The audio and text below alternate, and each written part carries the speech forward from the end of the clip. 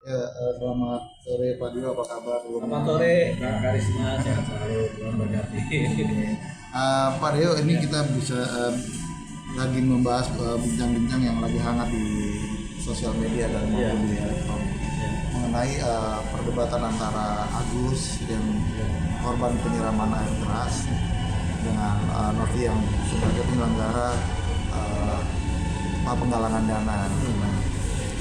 Kalau dari sisi hukumnya sebenarnya seperti apa sih penyelenggara penggalangan dana itu seperti apa sih harusnya?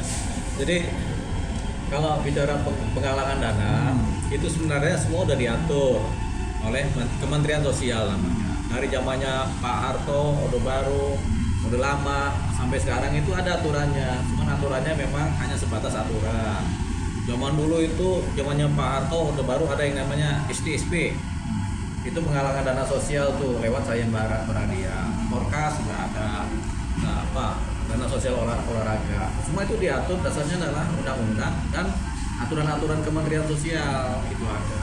Ada peraturan menteri sebenarnya gitu. Nah, setiap yang namanya penggalangan dana memang harus didaftarkan dan sepengetahuan dan seizin dari Menteri Sosial selaku wakil negara. Jadi kalau kita mau menyelenggarakan donasi itu kita harus daftarkan dulu tuh, kita beritahukan kepada Kementerian Sosial, kita daftarkan, kemudian disetujui baru kita mengadakan penggalangan dana. Dana ini kemudian dikontrol oleh Menteri Sosial lewat timnya, lewat anggota-anggotanya mengontrol berapa uang masuk, bagaimana penyalurannya, itu diatur sebenarnya. Nah, dalam kasusnya Novi dengan Agus, sampai sekarang belum ada tuh tampak cerita mengenai adanya permintaan izin kepada Kementerian Sosial buat penggalangan dana.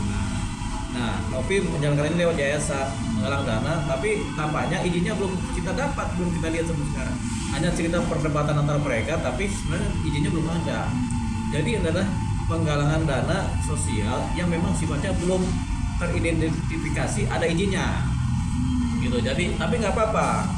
Dianggap legal, jawabannya antara legal dan ilegal, karena memang belum ada permohonan izin yang kita dapat. Jadi kita belum tahu apakah ini legal, apakah ini ilegal. Tapi sudah terjadi proses pendonasian, gitu. Nah, itu dia. Kalau bicara apakah ini ada aturannya, ada aturannya. Ya, tapi kan ini terlepas dari aturan yang mereka tidak kita anggap tadi ilegal ataupun ilegal. Nah, uang tersebut itu kan nanti dikuasai sebelah pihak nih, dengan kasus kemarin bahwa Novi mengklaim bahwa ini kalau disalahgunakan uang ini maka yayasan berhak untuk menahan kembali uang hasil donasi itu. Seperti apa? Ya, sebenarnya uang ini sudah masuk ke Agus semua kan. Kemudian diminta oleh Novi, udah balikin lagi deh karena aku tidak amanah. Novi penuh kecurigaan, si Agus juga penuh kecurigaan. Tapi uang ini sebenarnya uang yang didonasikan, yang memang tampaknya belum teridentifikasi ada izinnya.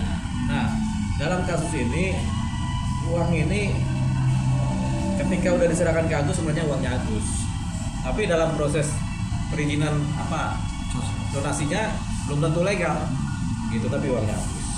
Nah, karena uang Agus mengembalikan kepada Novi, apakah Novi berhak memegang uang ini dalam konteks dia punya yayasan kemudian menampung dana ini? Jawabannya belum tentu legal dia menampung ini. Dan apalagi kalau dia nggak punya izin dari Kemensos, berarti kan dianggap tidak legal. Jadi jalan satu-satunya kalau uang ada di yayasannya si Novi ini, uang ini harus dikembalikan kepada Kementerian Sosial, dititipkan kepada Kementerian Sosial sebagai uang titipan. Nah, ketika dititipkan ke Mensos, kan uangnya ada nih dititipkan. Para donatur kalau mau menarik kembali uangnya bisa tuh menyampaikan kepada Kemensos, Pak, kami yang Bu Menteri, Pak Menteri, kami yang mendonasikannya mau menarik kembali uangnya. Ini bukti transfer kami. Silakan nanti Kemensos memfasilitasi untuk diambil, untuk diserahkan kepada para donatur. Nah, kalau nggak ada yang ngambil, Kemensos berhak untuk menyalurkan uang ini. Tentunya secara transparan dan legal disalurkan kepada yang berhak. Siapa? Bisa fakir miskin, bisa orang sakit yang lain, bisa macam-macam yang orang yang membutuhkan pertolongan secara sosial. Gitu. Ya, ini kan dana sosial, artinya bisa seharusnya apakah ada hak khusus dari Agus itu untuk menggunakannya selain perobatan itu sebenarnya gimana sih? atau Kalau- di luar perobatan kalau- itu boleh atau Kalau donasi kan donasi itu harus jelas tujuannya.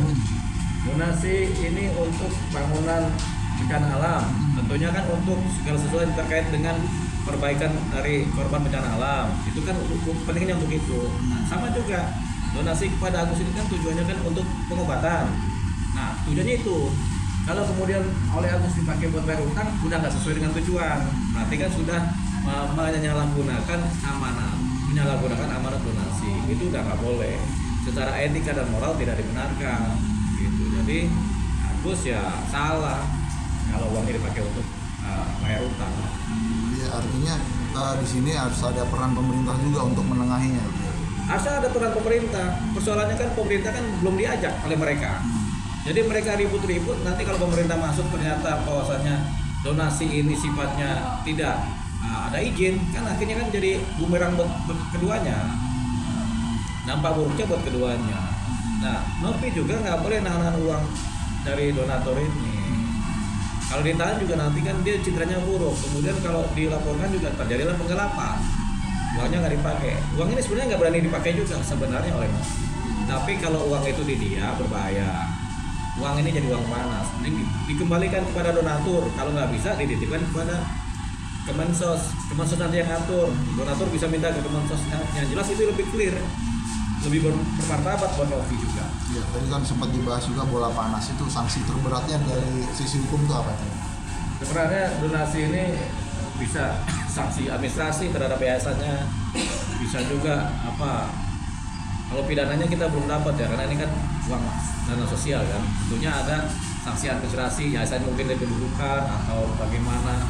Atau kalau ada saksi, apakah ada pidananya itu kita belum tahu. Karena ini undang-undangnya sedikit ini, harus ditelaah dulu undang-undangnya. Apa sih isinya kalau sosial? Atau kalau ada penyelewengan tentunya atau penggelapan tentunya jadinya persoalan pidana, hukum KUHP. Penggelapan pidana kan kalau diselewengkan.